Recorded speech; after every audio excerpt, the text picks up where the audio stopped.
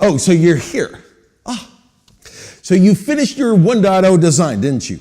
Great. You think you got it really nailed, don't you? Here's the great deal for you. You're going to use now business model patterns. Now, what does that mean? Sounds really academic. At the end of the day, we're talking about copying from some of the most successful business models and really understanding what their secrets are. Ready to copy?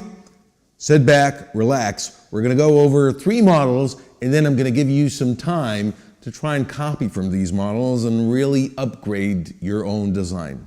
Okay, why don't we start?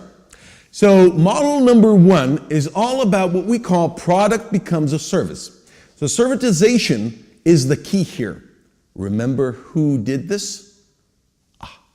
Right, Hilti.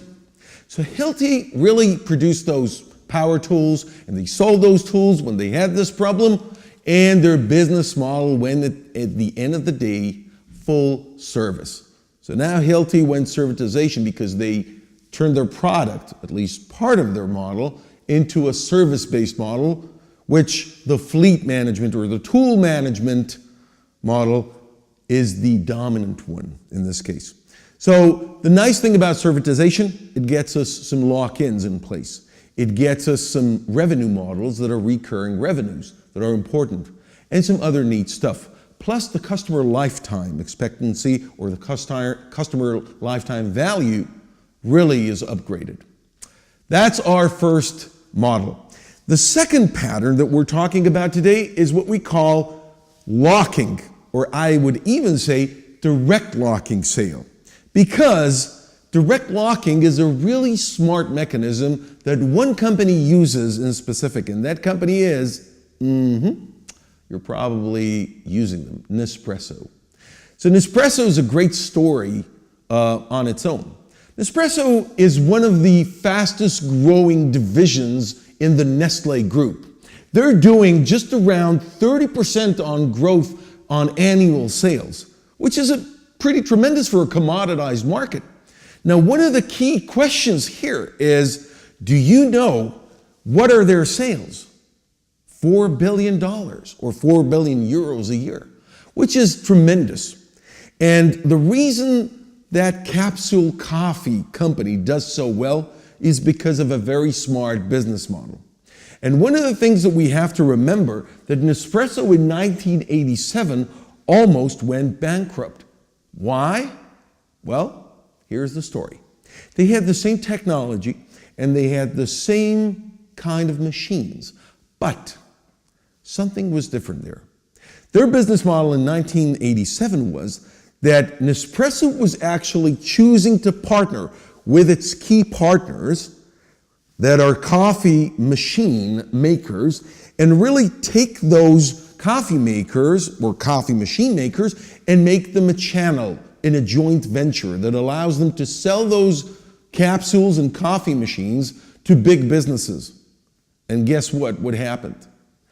The Nespresso coffee machines were small for offices, and the partners they used had those big machines. Well, the salespeople at the partner didn't want to sell those machines because they didn't bring them enough revenue. So Nespresso really almost went bankrupt because it relied on the wrong channel that didn't provide or deliver or transfer the value proposition of it to the end customer. And so they used a different model.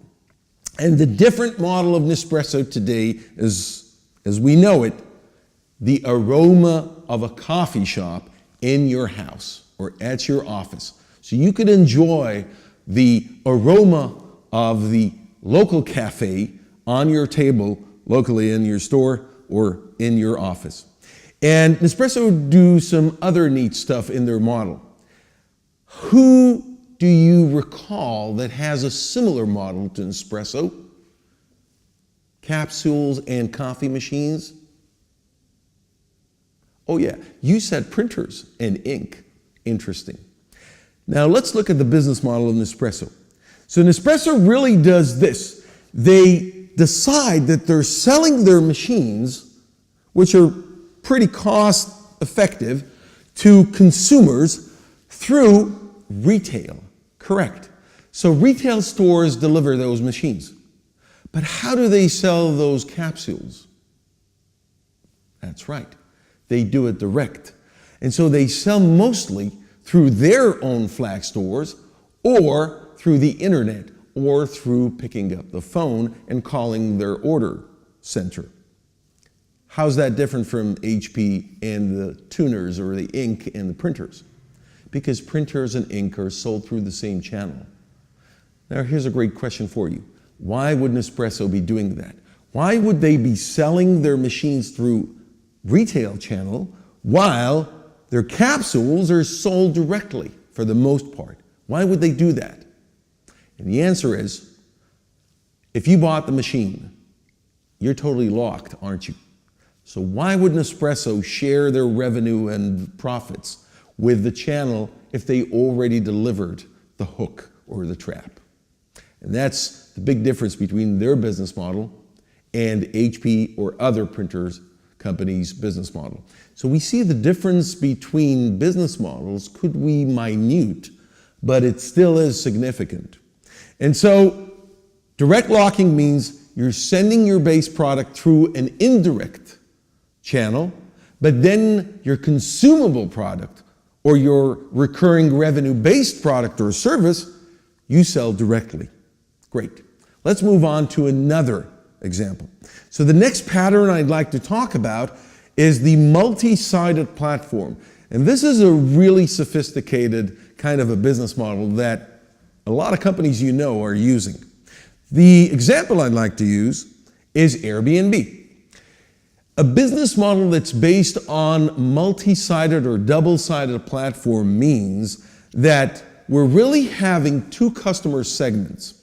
And customer segment A, in the case of Airbnb, are the people that are actually going on vacation and they're looking for somewhere to stay, right?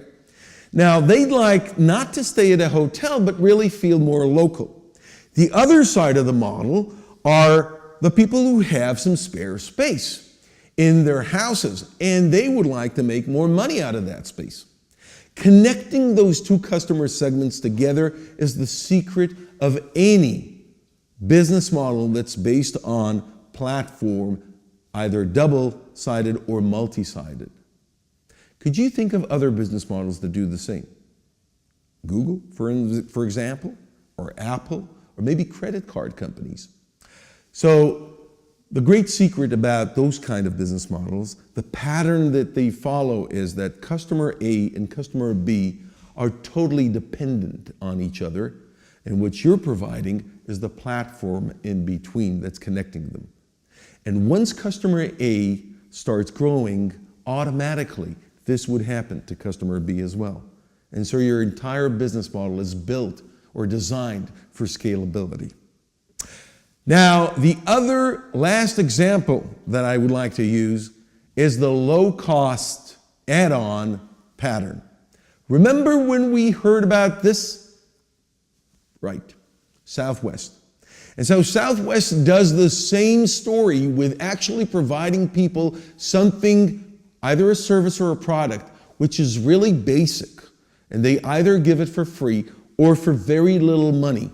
And then the entire business model, the entire locking, trapping, revenue model, and value propositions are built upon what we called add-ons.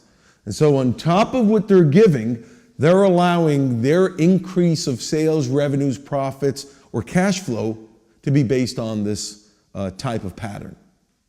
Now it's your turn.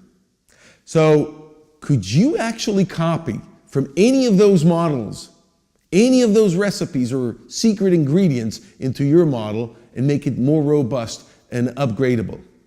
If you can, I challenge you to do this in the next 7 minutes. Don't go to lunch, work on this.